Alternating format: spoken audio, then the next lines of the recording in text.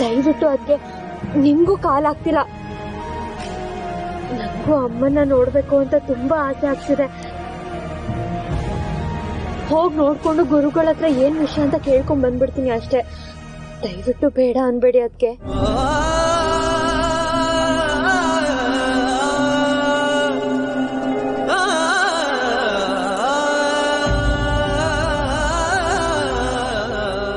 ಸರಿ, ಆದ್ರೆ ಹುಷಾರು.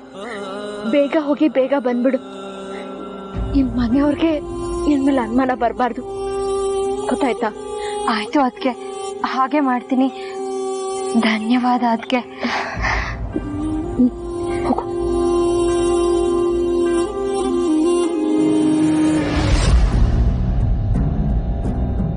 ಯಾಕೆ ಯಾಕೆ ಇಷ್ಟೊಂದು ಉದ್ವೇಗದಲ್ಲಿದ್ಯಾ? ತಲೆ ಕೇಳಿಸ್ಕೊಳ್ಳುವಂತ ವಿಷಯನ ಇದು?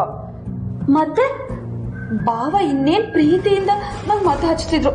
ಅಷ್ಟಲ್ಲ ಹಾಳ ಪಾರ್ವತಿ ಬಂದು ಮುತ್ತುಗಿತ್ತು ಅಂತ ಹಾಡ್ ಹೇಳಿ ಬಾವನ್ ಮನ್ಸನ್ನೇ ಹಾಳ್ ಮಾಡ್ಬಿಟ್ಲು. ಛೇ, ಬಾವ ಮತ ಹಚ್ಚತೆ ಹಾಗೆ ಹೊರಟೋದ್ರು. ನಂಗೆ ಎಷ್ಟು ನಿರಾಶೆ ಆಗಿರ್ಬೇಡ, ನೀನೇ ಹೇಳು. ನೋಡು, ಅಣ್ಣ ನಿನಗ್ ಮದ್ದ ಹಚ್ಚಕ್ ಪಾರ್ವತಿ ಬಿಡ್ಲಿಲ್ಲ ಅನ್ನೋದು ಮುಖ್ಯ ಅಲ್ಲ. ಅಣ್ಣ ಮದ್ದ ಹಚ್ಚಕ್ಕೆ ಸಿದ್ಧ ಇದ್ದ ಅಂದ್ಯಲ್ಲ, ಅದು ಮುಖ್ಯ ಕಣೆ. ಅಣ್ಣ ನಿನ್ ಬಗ್ಗೆ ಈಗ ಮೃದು ಆಗ್ತಾ ಇದ್ದಾನಲ್ಲ, ಅದು ನಮಗ್ ಬೇಕಾಗಿರೋದು. ಹೌದು ಕಣೆ, ಆದ್ರೆ ನೀನ್ ಕೊಟ್ಟಿದ್ 2ನೇ ಉಪಾಯನೂ ವ್ಯರ್ಥ ಆಯ್ತಲ್ಲ ಅಂತ ನನಗ್ ಬೇಜಾರಾಗ್ತಿದೆ. ಅಯ್ಯೋ ಬಿಡು ಗಂಗಾ, ಯಾಕೆ ತಲೆ ಕೆಡ್ಸ್ಕೊತ್ಯಾ? ಇನ್ನು 13 ದಿನಕ್ಕೆ 13 ಉಪಾಯ ಇದೆ. ಏನಾದ್ರೂ ಒಳ್ಳೇದ್ ಮಾಡೋಣ. ಸಹನೆ ಏನ್ ಸಹನೇನೋ ಏನೋ ಹೋಗೆ, ಉಪಾಯ ಏನೋ ಇನ್ನೂ ಇದೆ ಅನ್ನೋದೇನೋ ನಿಜ. ಆದ್ರೆ ಅವುಗಳನ್ನ ಪ್ರಯೋಗ ಮಾಡುವಾಗ್ಲೂ ಪಾರ್ವತಿ ಬಂದು ಎಲ್ಲ ಹಾಳು ಮಾಡಿದ್ರೆ ಏನ್ ಮಾಡೋದು? ಎಲ್ಲಾ ಸಲನೂ ಅವ್ಳು ಅಡ್ಡಿ ಮಾಡಕ್ಕಾಗತ್ತಾ? ಅವಳಿಂದ ತೊಂದರೆನೇ ಆಗ್ದಿರೋ ತರ ನಾವು ಸ್ವಲ್ಪ ಮುನ್ನೆಚ್ಚರಿಕೆ ತಗೊಳ್ಳೋಣ ಬಿಡು. ಒಂದು ಸಂತೋಷದ ವಿಚಾರ ಏನಂದ್ರೆ, ಆ ಪಾರ್ವತಿ ಏನೇ ಪ್ರಯತ್ನಗಳು ಮಾಡಿದ್ರು ಅಣ್ಣ ಕಣ್ಣೆತ್ ಕೂಡ ನೋಡಲ್ಲ. ಅದು ಮಾತ್ರ ಖಂಡಿತ.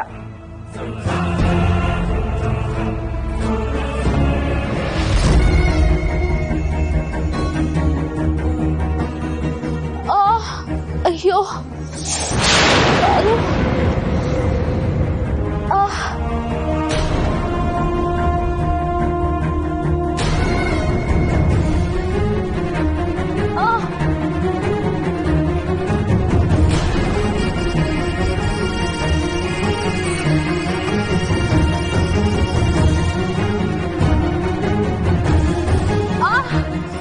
ಕಾಲು ತುಂಬಾ ನೋಡ್ತಿದೆ.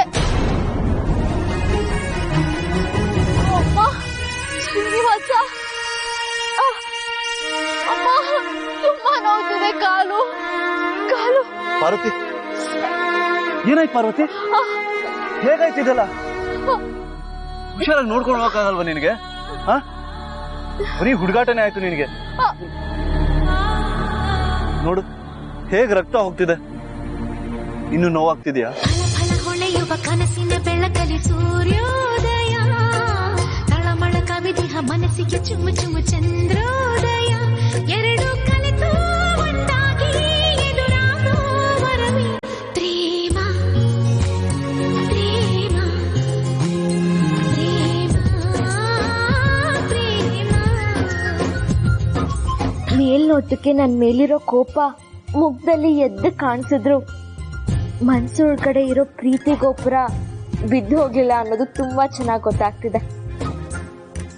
ಈಗ ನಾನು ಇವನನ್ನ ಮುದ್ದು ಮಾಡ್ಲಿಲ್ಲ ಅಂದ್ರೆ ನೋಡ್ದವ್ರು ನನ್ನನ್ನ ದದ್ದಿ ಪೆದ್ದಿ ಅಂತಾರೆ.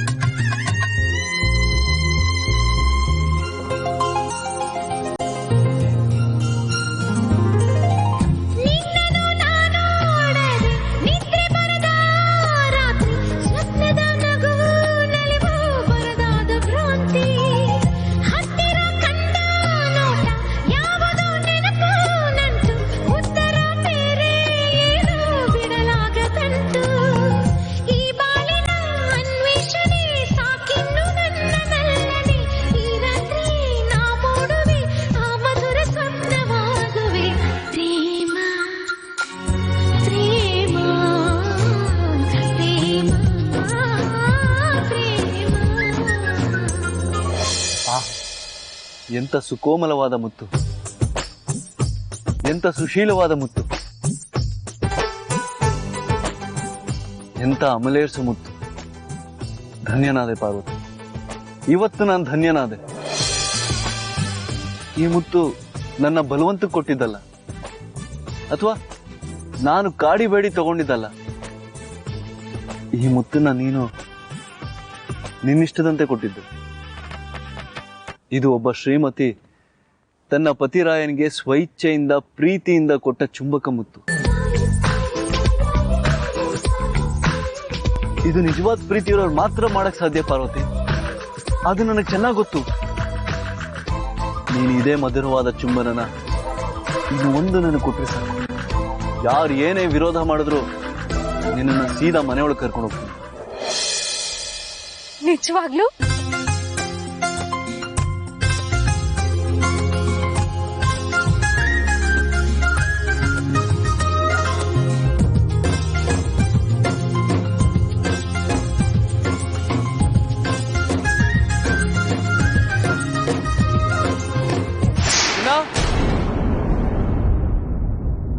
ಚಿನ್ನ,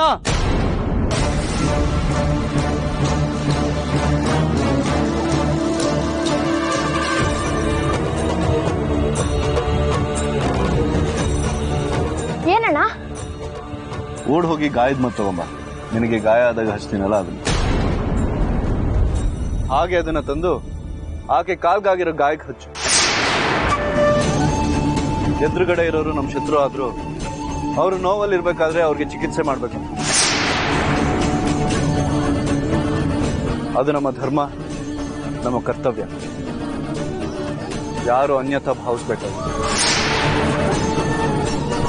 ಚಿನ್ನ, ನಾನು ಹೇಳಿದ ಕೆಲಸನ ಮಾಡು. ಹೋಗಬೇಕು. ಆಯ್ತು ಅಣ್ಣ.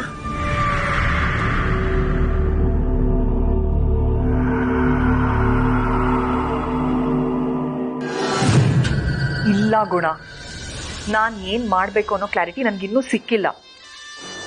ಆದ್ರೆ ಹೇಗಾದ್ರೂ ಮಾಡಿ ಆ ಪಾರ್ವತಿ ಟೆಂಟ್ನ ಇಲ್ಲಿಂದ ಎತ್ತಿಸ್ಲೇಬೇಕು. ಇಲ್ಲ ಅಂದ್ರೆ ನಾವ್ ಅನ್ಕೊಂಡಿರೋದನ್ನ ನಾವು ಸಾಧಿಸಕ್ಕಾಗಲ್ಲ, ನಮ್ ಗುರಿನ ನಾವು ಮುಟ್ಟಕ್ಕೂ ಆಗಲ್ಲ. ನೋಡು, ನೀನ್ ಏನ್ ಮಾಡ್ಬೋದು ಅಂತ ನೀನ್ ಯೋಚನೆ ಮಾಡು. ಇಲ್ಲೇ ಇದ್ಕೊಂಡು ನಾನ್ ಏನ್ ಮಾಡ್ಬೋದು ಅಂತ ನಾನ್ ಯೋಚನೆ ಮಾಡ್ತೀನಿ. ನಲ್ಲಿ ಆ ಪೇಟೆ ಪಾರಿವಾಳನ ಇಲ್ಲಿಂದ ಓಡಿಸ್ಬೇಕಷ್ಟೆ.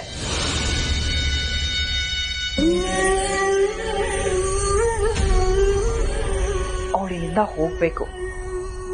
ಆದ್ರೆ ಅವಳನ್ನ ಓಡಿಸಿದ್ ನಾನೇ ಅನ್ನೋದು ಯಾರಿಗೂ ಗೊತ್ತಾಗ್ಬಾರ್ದು. ಅವಳಾಗೋಳೆ ಎದ್ದು ಹೋದಾಗಿರ್ಬೇಕು. ಆತರ ಏನ್ ಮಾಡ್ಲಿ?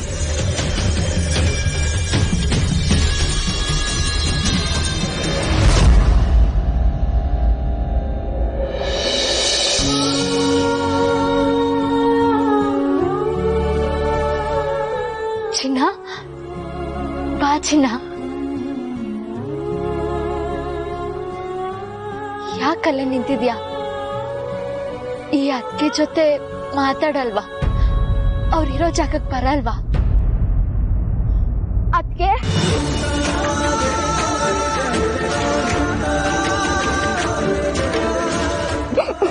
ಯಾಕೆ ಅಳ್ತಿದ್ಯಾ ಚಿನ್ನ? ಅಳ್ಬೇಡ, ಸುಂದರಿ. ಯಾಕದ್ಕೆ ನಮ್ಮ ಮನೇಲಿ ಹೀಗೆಲ್ಲ ಆಗೋಯ್ತು? ಯಾಕದ್ಕೆ ನೀವು ಮತ್ತೆ ಅಣ್ಣ ದೂರ ಆಗೋದ್ರಿ? ನೀವು ಮನೇಲಿರೋದ್ ಬಿಟ್ಟು ಇಲ್ಲಿಗೆ ಯಾಕದ್ಕೆ ಬಂದಿದ್ದೀರಾ? ಅಳ್ಬೇಡ ಚಿನ್ನ. ಗ್ರಾಚಾರ ಕೆಟ್ಟಾಗ, ತಪ್ಪು ಕಲ್ಪನೆ ಆದಾಗ ಈ ತರ ಎಲ್ಲ ಆಗತ್ತೆ. ಎಲ್ಲ ಸರಿ ಹೋಗೋ ಟೈಮು ಬರುತ್ತೆ. ನೀನ್ ಸುಮ್ನಿರು. ಸುಳ್ಳೋ ಸತ್ಯನೋ ನನಗ್ ಗೊತ್ತಿಲ್ಲ. ಅದಕ್ಕೆ ಅಮ್ಮನ್ ಸಾವ್ಗೆ ನೀವು ಕಾರಣ ಅಂತ ಎಲ್ಲಾರು ಹೇಳ್ತಾರೆ. ಯಾಕದ್ಕೆ ಹಾಗಾಯ್ತು? ನನ್ಗೆ ನೀವು ಅಂದ್ರೆ ಎಷ್ಟಿಷ್ಟ ಅಂತ ನಿಮ್ಗೂ ಗೊತ್ತು. ಆದ್ರೆ ಆ ಕಾರಣದಿಂದ ನೀವು ಮನೆಯಿಂದ ಆಚೆ ಹೋಗೋಗಾಯ್ತು. ಯಾಕದ್ಕೆ ಹೀಗೆಲ್ಲ ಆಗ್ತಿದೆ? ಯಾಕದ್ಕೆ?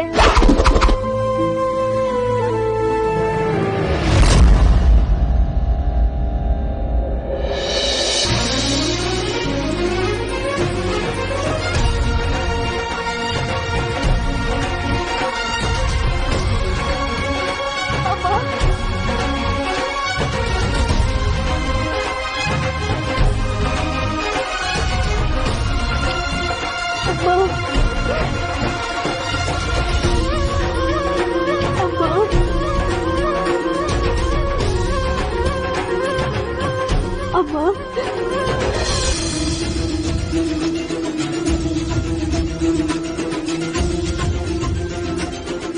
ನಿಜವಾಗ್ಲೂ ನಾನು ನಿನ್ನ ಮತ್ತೆ ನೋಡ್ತೀನಿ ಅಂತ ಅನ್ಕೊಂಡೇ ಇರ್ಲಿಲ್ಲ ಅಮ್ಮ. ನೀನ್ ನಮ್ಮ ಪಾಲಿಗೆ ಇಳ್ದೆ ಹೋಗ್ಬಿಟ್ಟೆ ಅಂತ ಎಷ್ಟು ದುಃಖ ಪಟ್ಟೆ ಗೊತ್ತಾ ಅಮ್ಮ ನಿಂಗೆ.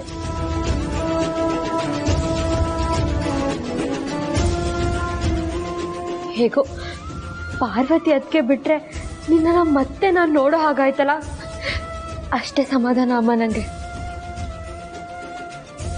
ಸತ್ಯವಾಗ್ಲು ನೀನ್ ಇವತ್ತು ಉಸಿರಾಡ್ತಿರೋದಕ್ಕೆ ಕಾರಣ ಪಾರ್ವತಿ ಅದಕ್ಕೆ ಅಮ್ಮ.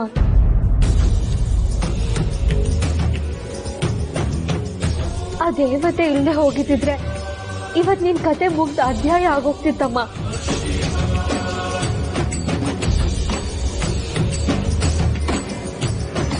ನೀವ್ ಈ ಮನೆ ಬಿಟ್ಟೋಗೋದು ನನಗೆ ಇಷ್ಟ ಇಲ್ಲ ಅದಕ್ಕೆ. ನೀವು ತುಂಬಾ ಒಳ್ಳೆಯವರು, ನೀವ್ ಯಾವಾಗ್ಲೂ ನಮ್ ಜೊತೆನೆ ಇರ್ಬೇಕು ಅದಕ್ಕೆ. ಇರ್ತೀನಿ ಚಿನ್ನ, ಅದಕ್ಕೆ ತಾನೆ ಇಲ್ಲೇ ಟೆಂಟ್ ಹೊಡ್ಕೊಂಡು ಕೂತಿರೋದು. ಹೇಗಿದೆ ಚಿನ್ನ ನನ್ನ ಅರಮನೆ? ಚೆನ್ನಾಗಿದೆ ಅದಕ್ಕೆ. ನೀವ್ ಆ ಮನೆಗ್ ಬಂದ್ಮೇಲೆ ನಾನ್ ಈ ಮನೇಲೆ ಆಟ ಆಡ್ಕೊಂಡಿರ್ತೀನಿ. ಸರಿ, ಹಾಗಿದ್ರೆ ಈ ಮನೆನ ನಿಂಗೆ ಫ್ರೀಯಾಗಿ ಬರ್ತ್ ಕೊಟ್ಬಿಡ್ತೀನಿ. ಅದಕ್ಕೆ ರಕ್ತ ಜಾಸ್ತಿ ಬರ್ತಿದೆ, ಕೊಡಿ ಅದಕ್ಕೆ. ಬೇಡ ಬಿಡು ಚಿನ್ನ, ನಾನ್ ಮದ್ದು ಹಚ್ಕೋತೀನಿ. ಯಾಕಕ್ಕೆ? ನನಗ್ ಗಾಯ ಆದಾಗ ನೀವ್ ಔಷಧಿ ಹಚ್ಬೋದು, ನಿಮಗ್ ಗಾಯ ಆದಾಗ ನಾನ್ ಔಷಧಿ ಹಚ್ಬಾರ್ದು ಅದಕ್ಕೆ. ಕೊಡಿ ಅದಕ್ಕೆ ಸುಮ್ನೆ.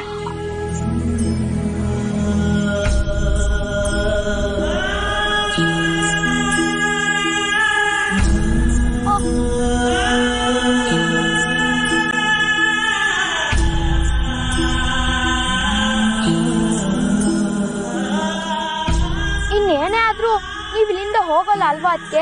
ಇಲ್ಲೇ ಇರ್ತೀರಾ ಅಲ್ವಾ ಅದಕ್ಕೆ? ಅದು ನಿಮ್ಮ ಅಣ್ಣನ ಕೈಯಲ್ಲಿದೆ ಚಿನ್ನ.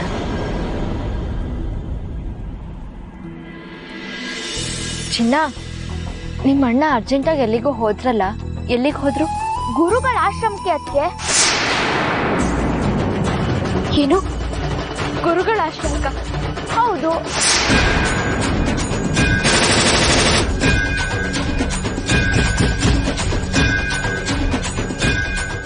ನಾವ್ ಎಲ್ರೂ ತುಂಬಾ ಪುಣ್ಯವಂತರಮ್ಮ.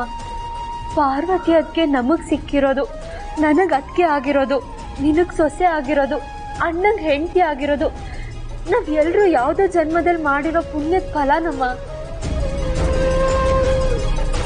ನೀನು ನಿನ್ನ ಆರೈಕೆ ಅಂದ್ರೆ ತನಗ್ ನೋವಾಗ್ಲಿ, ತನ್ ಪ್ರಾಣನೇ ಹೋಗ್ಲಿ, ಅವ್ರು ಏನೂ ಯೋಚನೆ ಮಾಡ್ದೆ ಬಂದ್ ಮುಂದೆ ನಿಂತ್ಬಿಡ್ತಿದ್ರಮ್ಮ.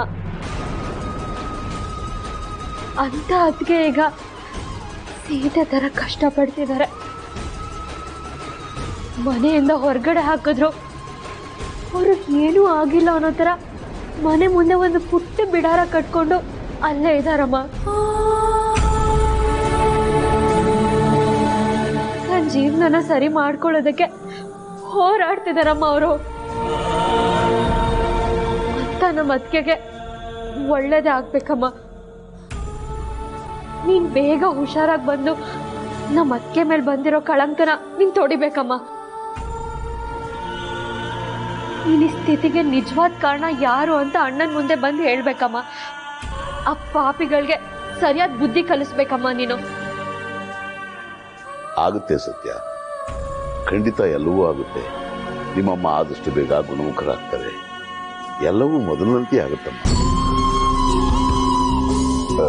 ಸತ್ಯ, ನಾನು ಹೋಗಿ ಅಮ್ಮನಿಗೆ ಔಷಧಿ ತಗೊಂಡ್ಬಿಟ್ಟು ಬರ್ತೀನಿ. ಅಮ್ಮನ್ನ ನೋಡ್ಕೊಂಡಿರು. ಆಯ್ತು ಗುರುಗಳೇ.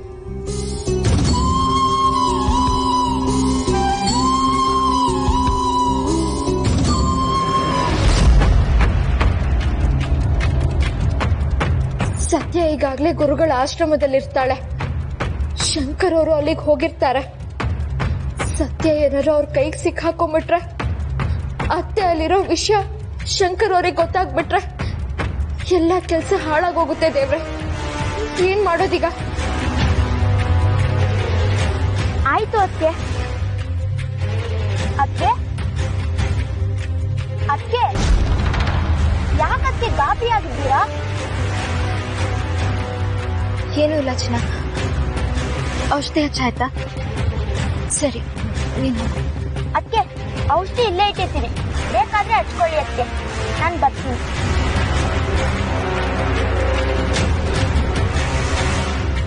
ಚಿನ್ನ,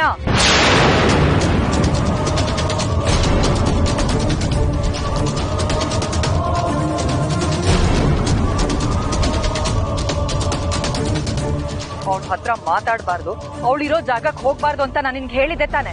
ಮತ್ತ್ಯಾಕೆ ಅಲ್ಲಿಗೆ ಹೋಗಿದ್ದೆ ನೀನು? ನಾನಾಗೆ ಏನು ಹೋಗಿಲ್ಲ ಚಿಕ್ಕಮ್ಮ.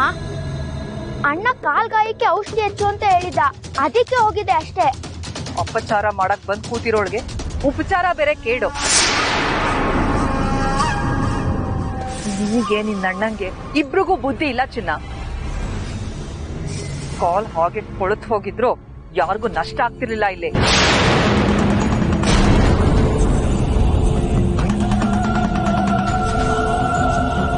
ನೋಡು ಚಿನ್ನ, ನನ್ನನ್ ಕೇಳ್ದೆ ಮತ್ತೆ ಈ ಕಡೆ ಸುಳಿಬೇಡ. ಹೊರಡಿಲಿಂದ. ಒಂದ್ ನಿಮಿಷ ನಿಂತ್ಕೋ. ಅದ್ ಸರಿ, ಸತ್ಯ ಇಲ್ಲಿ?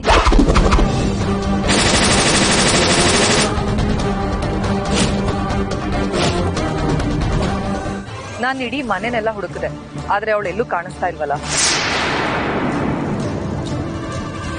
ಗೊತ್ತಿಲ್ಲ ಚಿಕ್ಕಮ್ಮ, ನಾನ್ ನೋಡ್ಲಿಲ್ಲ.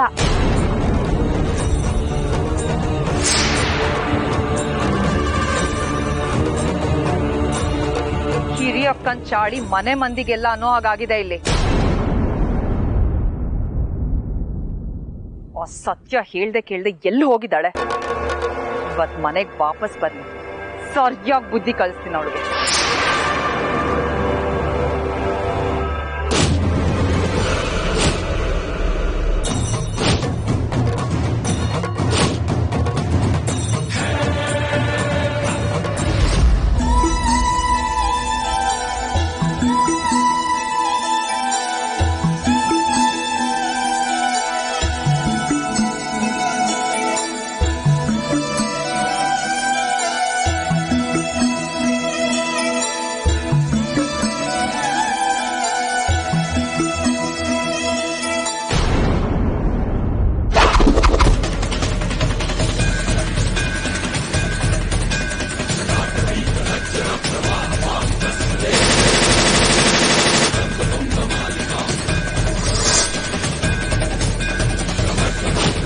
ಅಯ್ಯೋ ದೇವ್ರೆ, ಅಣ್ಣ ಯಾಕೆ ಇಲ್ಲಿಗೆ ಬಂದ?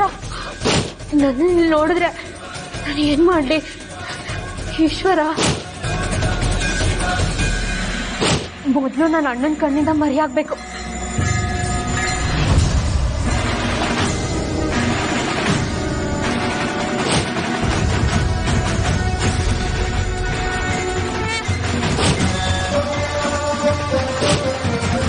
ಅಯ್ಯೋ ದೇವ್ರೆ, ಇನ್ನೇನು ಅಣ್ಣ ಒಳಗಡೆ ಬಂದ್ಬಿಡ್ತಾನೆ.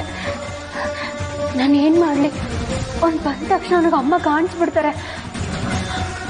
ಅಮ್ಮ ಕಾಣಿಸಂಗೆ ನಾನು ಏನಾದ್ರೂ ಮಾಡ್ಬೇಕಲ್ಲ. ಏನ್ ಮಾಡ್ಲಿ ನಾನು?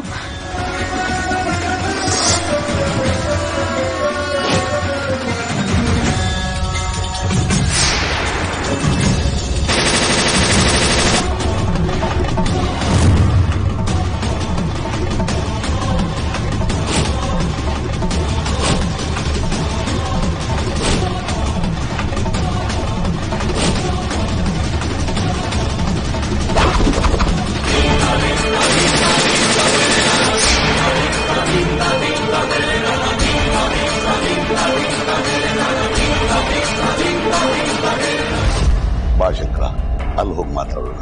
ನಡೀರಿ ಗುರುಜಿ. ಶಂಕರ,